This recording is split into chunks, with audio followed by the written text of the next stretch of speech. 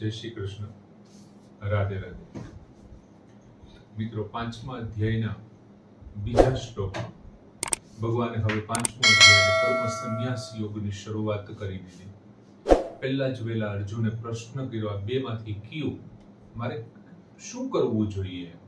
અને એમના જવાબમાં ભગવાને બીજા શ્લોકમાં કીધું કે ભાઈ, તું જે કહે છો એ સંન્યાસ એટલે કે કર્મનો સંન્યાસ, સ્વરૂપથી સંન્યાસ, જ્ઞાન યોગ અને કર્મયોગ બંને શ્રેયસ્કર છે. બેમાંથી એકેય કોઈ એકાબીજાની દ્રષ્ટિએ નબળો છે નહીં, બંને શ્રેયસ્કર છે. તયોહો તું, પરંતુ તે બંનેમાં કર્મ સંન્યાસાત કર્મયોગો વિશિષ્યતે. ભગવાને એવો શબ્દ કીધો, પરંતુ તે બંનેમાં કર્મ સંન્યાસ કરતા એટલે કે જ્ઞાન યોગ કરતા કર્મયોગ વધારે સારો છે. તારે માટે જો કોઈ સારું હોય ને તો કર્મ, બે સારા જ છે. ખરેખર તો અર્જુને કીધું બેમાંથી કોઈ એક મને તમે કહો. સુનિશ્ચિતમ મેં બ્રુઈ, નક્કી કરીને ચોક્કસ. એતિયોહો એકમ, જો એ બેમાંથી કોઈ એક કહો. ભગવાન એવું કીધું કે ભાઈ બે સારા છે. એટલે એક રીતે જોઈએ તો ભગવાન અહીંયા અર્જુનના સ્પષ્ટ જવાબ નથી, એ કેવું હોય તો કહી શકીએ. પણ ભગવાન શું કહે છે, તું કોઈ પણ રસ્તા ઉપર જઈશ, આ રસ્તા બંને અત્યારે અલગ અલગ છે પણ છેલ્લે એક થઈ જશે. એટલે જવાબ એક જ થઈ જવાનો છે. પરમ તત્વની પ્રાપ્તિ બે કરાવનારા છે અને તારી ઈચ્છા એ છે એટલે થઈ જશે. એટલે અર્જુનને એવું સમજાવે છે ભગવાન કે આ બંને સારા છે. અને હવે ત્રીજા શ્લોકમાં ભગવાન આગળ પોતાની વાત રજૂ કરે છે કે જ્ઞેયઃ સ નિત્ય સંન્યાસી યહ ન દ્વેષ્ટિ ન કાંક્ષતિ નિર્દ્વંદ્વઃ હિ મહાબાહો સુખમ બંધાત પ્રમુચ્યતે. જ્ઞેયઃ સહ નિત્ય સંન્યાસી. સહ એટલે તેને, નિત્ય સંન્યાસી, સદા સંન્યાસી, કાયમી સંન્યાસી. જ્ઞેયઃ એટલે જાણવો, તેને સદા સંન્યાસી જાણવો. કોને? તો કે યહ ન દ્વેષ્ટિ ન કાંક્ષતિ. યહ એટલે જે, ન દ્વેષ્ટિ દ્વેષ કરતો નથી, ન કાંક્ષતિ આકાંક્ષા કરતો નથી, ઈચ્છાઓ કરતો નથી. તું નિત્ય સંન્યાસી કોને ગણી શકે? એના માટે ભગવાને આ બે વાત કરી કે ન દ્વેષ્ટિ ન કાંક્ષતિ, જે દ્વેષ કરતો નથી અને જે આકાંક્ષા રાખતો નથી, આકાંક્ષા કરતો નથી. સહ નિત્ય સંન્યાસી જ્ઞેય, તેને સદા સંન્યાસી જાણવો જોઈએ. પછી ભગવાને હજી એક વાત કરી, નિર્દ્વંદ્વ હિ મહાબાહો. હિ કેમ કે નિર્દ્વંદ્વ, દ્વંદ્વ રહિત, કોઈ પણ પ્રકારના દ્વંદ્વ રહિત. મહાબાહો એટલે હે મહાબાહો, સુખમ બંધાત પ્રમુચ્યતે. સુખમ સુખેથી, ખૂબ સરળતાથી, બંધાત સંસારના બંધનમાંથી, પ્રમુચ્યતે સારી રીતે છૂટી જાય છે. મુચ્યતે એટલે છૂટી જવું, પ્રમુચ્યતે સારી રીતે છૂટી જાય છે. ભગવાન વાત કરે છે કે મહાબાહો, હે મહાબાહો, યહ ન દ્વેષ્ટિ ન કાંક્ષતિ, જે દ્વેષ કરતો નથી અને આકાંક્ષા કરતો નથી. સહ નિત્ય સંન્યાસી જ્ઞેય, તેને નિત્ય સંન્યાસી જાણવો છે. નિર્દ્વંદ્વ, જે દ્વંદ્વ રહિત છે. હિ કેમ કે જે દ્વંદ્વ રહિત છે. સુખમ બંધાત પ્રમુચ્યતે, તે સુખપૂર્વક સંસારના બંધનથી મુક્ત થાય છે. હવે ભગવાને અર્જુન માટે શબ્દ વાપર્યો મહાબાહો, હે મહાબાહો. મહાબાહોનો અર્થ આપણે આમની પહેલા પણ એક વખત સમજ્યો તો, મહાબાહો એટલે મોટી ભુજાવાળો. હવે બીજો અર્થ જો લેવો હોય ને તો બીજો અર્થ શું થાય? તો કે જેમના મિત્ર અને ભાઈ મોટા પુરુષો હોય ને એમને મહાબાહો કહેવાય. દાખલા તરીકે ગાંધીજીને મહાબાહો શબ્દ કહેતા, રવિશંકર મહારાજને ગાંધીજીને મહાબાહો કહેતા. કેમ કે જેમની પાસે મહાબાહો એટલે મોટી ભુજા. મોટી ભુજા એટલે લાંબી નહીં, તો હાલવામાં નડે લાંબી ભુજા હોય. પણ જેમની પાસે કામ કરવા વાળો પુષ્કળ વર્ગ છે, ગાંધીજી પાસે આવા પુષ્કળ, દરેક રાજ્યની અંદર નોખા નોખા, દરેક જિલ્લાઓમાં, દરેક તાલુકાઓમાં, ગામડાઓમાં ગાંધીજીના માણસો હતા. અહીંયા ખાલી વાત કરે અને અહીંયા કામ ઉપાડી લે, એટલે મહાબાહો. જેમના મિત્ર તથા ભાઈ મોટા પુરુષ હોય ને એમને મહાબાહો કહેવાય. તો ભગવાન કૃષ્ણએ અહીંયા અર્જુનને મહાબાહો કીધું. શું કામ? તો કે એટલા માટે કીધું કે ભગવાન કૃષ્ણ જેવો જગન નિયંતા એમનો મિત્ર છે. ભગવાને પોતે જ કીધું તું ને કે આ હું રહસ્ય તને સમજાવું છું. આ મેં પહેલા કોને કીધું હતું? સૂર્યને કીધું હતું, એમણે વૈવસ્વ મનુને કીધું અને એમણે ઈક્ષ્વાકુને કીધું, અને પછી એમ કીધું કે મેં સખા ભક્ત પ્રિય, તું મારો પ્રિય ભક્ત અને સખા છો, મિત્ર છો. તો જગન નિયંતા ભગવાન કૃષ્ણ જેનો મિત્ર હોય અને યુધિષ્ઠિર જેવો જેમનો ભાઈ હોય, તો સ્વાભાવિક છે યુધિષ્ઠિર અને ભીમ જેવા જેના ભાઈઓ છે અને કૃષ્ણ જેવા જેના મિત્ર છે, તો એ મહાબાહુ જ કહેવાય. અને એવું કહેવા પાછળનું કારણ શું છે? ભગવાને શું કામ એને મહાબાહુ કીધું? તો કે તારી પાસે તારા ભાઈ અને મિત્રો આવા છે, માટે તારે માટે કોઈ પણ કર્મ કરવું અઘરું નથી. કર્મયોગ પ્રમાણે સેવા કરવાનું બળ તારામાં છે. એ બળ તને પૂરવાવાળા તારા ભાઈઓ અને તારા મિત્રો છે. અને પછી ભગવાન હવે વાત કરે છે કે યહ નઃ દ્વેષ્ટિ, યહ ન દ્વેષ્ટિ, યહ એટલે જે, ન દ્વેષ્ટિ દ્વેષ કરતો નથી. કર્મયોગીની સાચી ઓળખાણ જ એ છે કે કર્મયોગી કોઈનો દ્વેષ ન કરે. શું કામ એની સાચી ઓળખાણ છે? કે કર્મયોગીએ કરવાનું શું હોય છે? તો કે બીજાની સેવા કરવાની છે. એમનું કામ કેવું હોય છે? તો કે નિષ્કામ હોય છે. એમનું કામ કેવું હોય છે? તો કે લોક હિતાર્થ હોય છે. એમનું કામ કેવું છે? તો કે બીજાને આનંદ આપવા માટેનું, બીજાને માટે કામ કરવાનું. હવે તમે બીજા માટે કામ કરો છો, એમનો તમે દ્વેષ કરતા હો, તો તમે એમનું કઈ સારું કરી શકવાના છો? નથી સારું કરી શકવાના. તમે સારું જ ન કરી શકો. માત્ર તેમને સેવા જ કરે છે. જેમના પ્રત્યે દ્વેષ હોય ને, કર્મયોગી એમની સેવા પહેલા ચાલુ કરવી જોઈએ, પ્રથમ સેવા કરવી જોઈએ અને દ્વેષનો નાશ કરવો જોઈએ. કેમ કે દ્વેષ કરવા વાળો કર્મયોગના તત્વને બરોબર સમજી જ નથી શીખ્યો. કેમ કે તત્વ આ કર્મયોગમાં બીજાનું ભલું કરવાનું છે, બીજાને સુખ આપવાનું છે. હવે ઈ બીજાનું જો તમે દ્વેષ કરતા હોય તો તમે એનું ભલું કેવી રીતે કરી શકો? અને મિત્રો, ભલાઈ કરવાથી તો શું થાય? માત્ર તમે જે સમાજનું ભલું કરો છો ને, એ જ સમાજનું હિત થશે. જેનું તમે ભલું કરો છો એક જ વ્યક્તિનું ભલું થશે. પણ માની લ્યો કે તમે દ્વેષ ન કરો, તમે તમારી બુરાઈ છોડી દો ને, તો વિશ્વ માત્રનું કલ્યાણ થશે તમારા બુરાઈ છોડવાથી. એટલે બુરાઈ સાથે ભલાઈ, માની લ્યો કે તમારા મનની અંદર બુરાઈ છે, કોઈના વિશે બુરાઈ છે અને તમે એમને ભલાઈ કરો છો, તો 100% એ ભલાઈ તમને કેવું આપશે? તમારી અંદર અભિમાન જન્માવશે. તમે કોઈ વ્યક્તિ વિશે ખરાબ વિચારો છો અને પછી તમે એમનું ભલું કરવાનું વિચારો છો, તો મેં કર્યું એવો હુંપણાનો ભાવ તમારી અંદર કરી જશે અને તમારી અંદર અભિમાન જાગશે. પણ આ દરિદ્ર નારાયણ છે અને આ ખરેખર એમના માટે છે, મારા માટે નથી, એવું માનીને જો તમે એમના દ્વેષ કર્યા વિના તમે એમની ભલાઈ કરો ને, તો તમારામાં અભિમાન ને, તો કર્મ સાથેનો સંબંધ તૂટી જશે. બીજું મિત્ર, આપણે કોઈ પણની ભલાઈ કરીએ છીએ. દાખલા તરીકે માની લ્યો કે કોઈ વ્યક્તિને ગાડીની જરૂર છે, મારી પાસે ગાડી છે, તો હું ગાડી લઈને એમની મદદ કરવા જાઉં. કોઈને રહેવા માટેની વ્યવસ્થા નહોતી, મેં રહેવા માટે મકાન આપ્યું. કોઈને પૈસાની જરૂર, કોઈને બુકની, આ તે XYZ કોઈ પણ વસ્તુ, કપડાથી માંડીને રોટી કપડાને મકાનમાંથી કોઈ પણ વસ્તુ મેં એમને ભલાઈ માટે, મારી ભલાઈ કરવા માટે, મેં એમની ભલાઈ કરવા માટે મેં એનો ઉપયોગ કર્યો. હવે નાશવાન વસ્તુની સહાય વિના કોઈની છે ને આપણે કોઈની ભલાઈ ન કરી શકીએ. હું ગાડીથી એમની સહાય કરું છું તો ગાડી નાશવાન છે. હું કપડાથી સહાય કરું છું તો કપડા નાશવાન, પૈસાથી સહાય કરું, પૈસા નાશવાન છે. ટૂંકમાં હું જેમનાથી સહાય કરું છું એ કેવું છે? એ નાશવંત વસ્તુ છે. અને બીજું નાશવંત કોણ છે? સંસાર છે. તો સંસારમાંથી આવેલી વસ્તુ જે નાશવંત છે, હું તો અવિનાશી છું, આત્મા તો અવિનાશી છે. તો નાશવંત વસ્તુથી જેમની હું સહાય કરું છું, એ એમની તો છે, એ સંસારની તો છે. ગાડી સંસારમાંથી આવી, પૈસા સંસારમાંથી આવ્યા, શરીર, ઇન્દ્રિય, મન, બુદ્ધિ બધું જ સંસારમાંથી આવ્યા અને હું સંસારની સેવામાં એમને લગાડું છું. તો પછી એમાં મારી વાત જ ક્યારે? એટલે નાશવંત વસ્તુનો સંગ જો છૂટી જાય ને, તો એમનું નામ કર્મયોગ છે. ટૂંકમાં એનો સંગ છૂટવો જોઈએ. નાશવંત વસ્તુનો સંગ છૂટી જાય તો એ થઈ જાય. એટલે ભગવાને કીધું ન દ્વેષ્ટિ, જે દ્વેષ કરતો નથી. તું કોઈનો દ્વેષ કરે ને તો તું ભલાઈ ન કરી શકે. પછી તરત જ ભગવાને બીજી વાત કરી કે ન કાંક્ષતિ, ઈચ્છા કરતો નથી, આકાંક્ષા કરતો નથી. એ કોઈ પણ પ્રકારની આકાંક્ષા કરતા કર્મયોગનું પહેલું સૂત્ર છે કે તમારી કામનાઓનો ત્યાગ કરી દો. હવે કામનાઓનો ત્યાગ કરી દેવો એટલે શું? કોઈ પણ પ્રકારની ઈચ્છા જ ન કરવાની.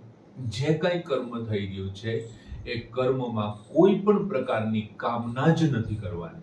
જે કાંઈ કર્મ કરો છો એ કોના માટે કરો છો? પર સેવા માટે, બીજાના સુખ માટે, લોક હિતાર્થે કરો છો અને નિષ્કામ ભાવે કરો છો. મને કોઈ પણ પ્રકારની આમાં કામના નથી, ભાવના નથી, મોહ નથી, મમત્વ નથી. આવું માનીને જો કર્મ કરવામાં આવે નિષ્કામ, તો આ પરસેવા અને નિષ્કામી છે ને એ એકબીજાના પૂરક છે.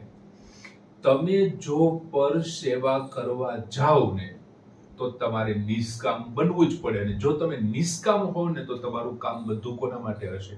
પરસેવા માટે હશે, બીજાના સુખ માટે હશે, તમારા પોતા માટે નહીં હોય. બીજું, અત્યાર સુધી આપણે શું કહેતા હોઈએ છીએ કે નિષ્કામ કર્મ કર. હવે નિષ્કામ કર્મ કર એટલે તું પેલા નિષ્કામ બન. કર્મ કરવા વાળો કરતા નિષ્કામ હોવો જોઈએ.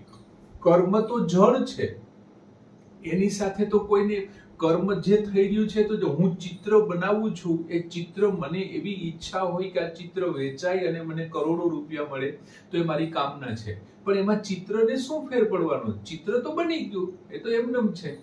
એટલે ખરેખર નિષ્કામ કોને બનવું જોઈએ? કર્મને નથી બનવાનું. કર્મ એ ચિત્ર છે, એને નિષ્કામ નથી બનવાનું. બનાવવા વાળા એ નિષ્કામ બનવાનું છે. એટલે જે કર્મ કરવા વાળો છે એમણે નિષ્કામ થવું જોઈએ. અને ભગવાન શું કહે છે કે આવી રીતથી જે નિત્ય સંન્યાસી સજ્ઞેય, સ એટલે તેને, નિત્ય સંન્યાસી, તું સદા સંન્યાસી, જ્ઞેય એટલે જાણ, સમજ.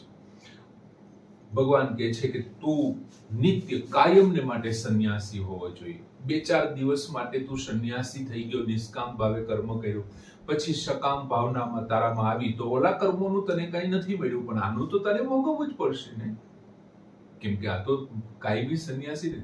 દાખલા તરીકે અર્જુને શું કહ્યું? અર્જુને યુદ્ધ છોડી અને બીજા અધ્યાયના 5મા શ્લોકમાં અર્જુને યુદ્ધ છોડવા માટેની વાત કરી કે મહાનુભાવાન ગુરુન હત્વા શ્રેય ભિક્ષાન અપી ઈહ. આ મહાનુભાવ ગુરુને મારવા કરતા ભિક્ષાવૃત્તિ કરી અને જીવવું વધારે સારું ગણું છું. એના મારા માટે વધારે શ્રેયકારક એ છે.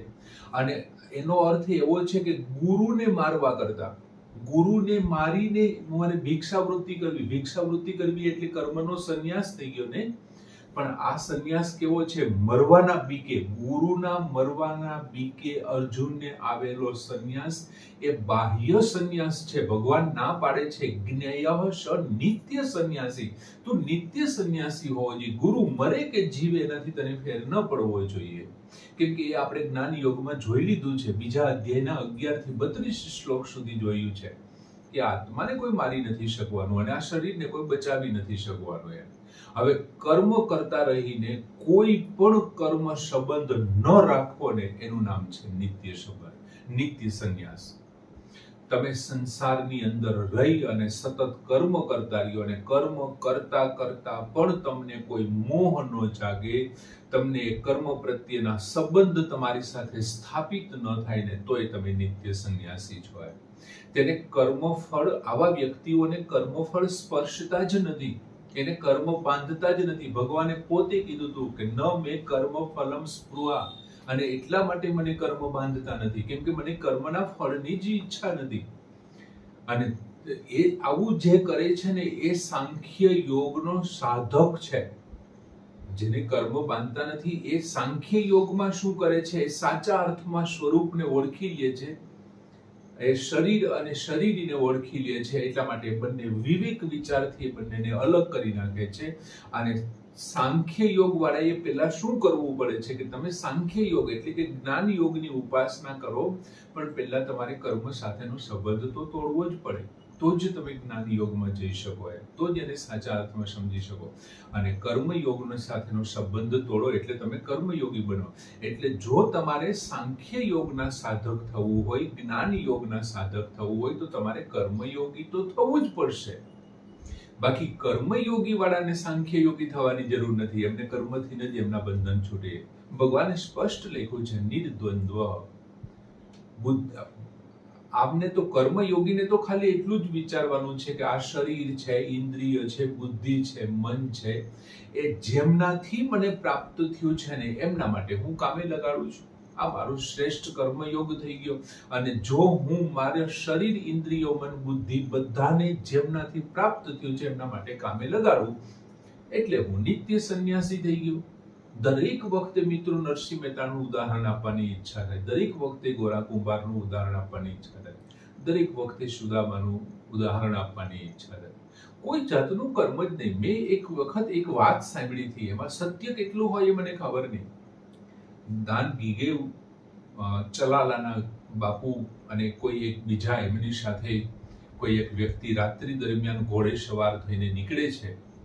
એમાં કોઈ એક સ્ત્રીનો, રાત્રિના અંધકારમાં કોઈ એક સ્ત્રીનો રડવાનો અવાજ સંભળાય છે.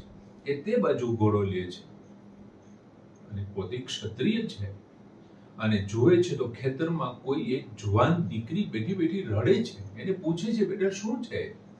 તો કે ભાઈ તમે ત્યાં જ રહેજો, મારા માથામાં ઉંદરી નામનો રોગ થયો છે અને એ બહુ એની ગંધ આવે છે અને એ એકદમ ચેપી રોગ છે. તો કે એમની કોઈ દવા નથી? તો કે ભાઈ દવા કાળા કલરનો કૂતરો હોય, જો એના જીભની લાળ આ માથામાં લગાડવામાં આવે ને તો એ મટી જાય. તો કે તે એવો પ્રયત્ન નથી કર્યો બેટા? તો કે ભાઈ મેં એવો પ્રયત્ન કર્યો તો, મારી હાથથી બનાવેલો રોટલા ઉપર ઘી ગોળ ચોપડી અને મેં માથે મૂક્યો અને કૂતરો ખાવા આવ્યો એટલે મેં રોટલો લઈ લીધો, પણ આ ઉંદરીના ગંધથી કૂતરો પણ ભાગી ગયો અને આ બીમારીથી કંટાળી મારા સગા મને અહીં ખેતરમાં મૂકી ગયા છે. હવે તમે વિચાર કરો, એ દાન ગીગેવ એમના મનમાં જાગેલી એમના પ્રત્યેની જે કરુણા છે અને એમણે ત્યારે ઘોડા ઉપરથી નીચે ઉતરીને ભગવાન કૃષ્ણને એક પ્રાર્થના કરી કે હે કાળિયા ઠાકોર, જો મેં મન વચન કર્મથી તારી ભક્તિ કરી હોય તો મારા જીભની અંદર કાળા કૂતરાની લાડ પેદા કરજે. અને એ દીકરીના માથાને એને જીભથી ચાટી અને દીકરીને મટી ગયો પર સેવા માટે. જો આવું કરી શકે ને તે નિત્ય સંન્યાસી છે, કાયમી સંન્યાસી. હવે ભગવાન પછીનું એક વાત કરે છે નિર્દ્વંદ્વ, જેમના દ્વંદ્વ છૂટી ગયા છે અને જેમના દ્વંદ્વ વગરનો થઈ ગયો, દ્વંદ્વ રહિત. હવે દ્વંદ્વમાં આપણે સુખ દુઃખ ગણ્યું હતું, માન અપમાન ગણ્યું હતું, આદર અનાદર ગણ્યું હતું, અનુકૂળ પ્રતિકૂળ પરિસ્થિતિ ગણી હતી. હવે ઘણી વખત શું થતું હોય છે કે ભાઈ સાધક છે ને એ ક્યારેક સાધનામાં, સત્સંગમાં, પ્રભુ ભક્તિમાં ખૂબ આગળ નીકળી શકતો હોય છે અને એમને કારણે શું છે, ભોગથી દૂર થઈ જતો. એક બાજુ ઈશ્વરની સાધના છે, બીજી બાજુ ભોગ છે, તો આ દ્વંદ્વ થયું. હવે ઘણી વખત શું થતું હોય, અમુક માણસોને આ સંગમાં આવી જાય અને એ સંગતમાં આવી જવાને કારણે એવું વિચારવા માંડે કે હું સત્સંગમાં એમાં જાઉં છું ને એમાં મારા સુખ ભોગવાના તો બાકી રહી જાય છે, ભોગ ભોગવાના બાકી રહી જાય, તો હું સાધના કરું, સત્સંગ કરું, ભક્તિ કરું, જાપ કરું કે ભોગ ભોગવું? આવા બે દ્વંદ્વની વચ્ચે ફસાઈ જાય છે. ક્યારેક માન અને અપમાનની વચ્ચે, આદર અને અનાદરની વચ્ચે, પ્રતિકૂળ અને અનુકૂળ પરિસ્થિતિઓની વચ્ચે જે ફસાઈ જાય છે દ્વંદ્વ છે.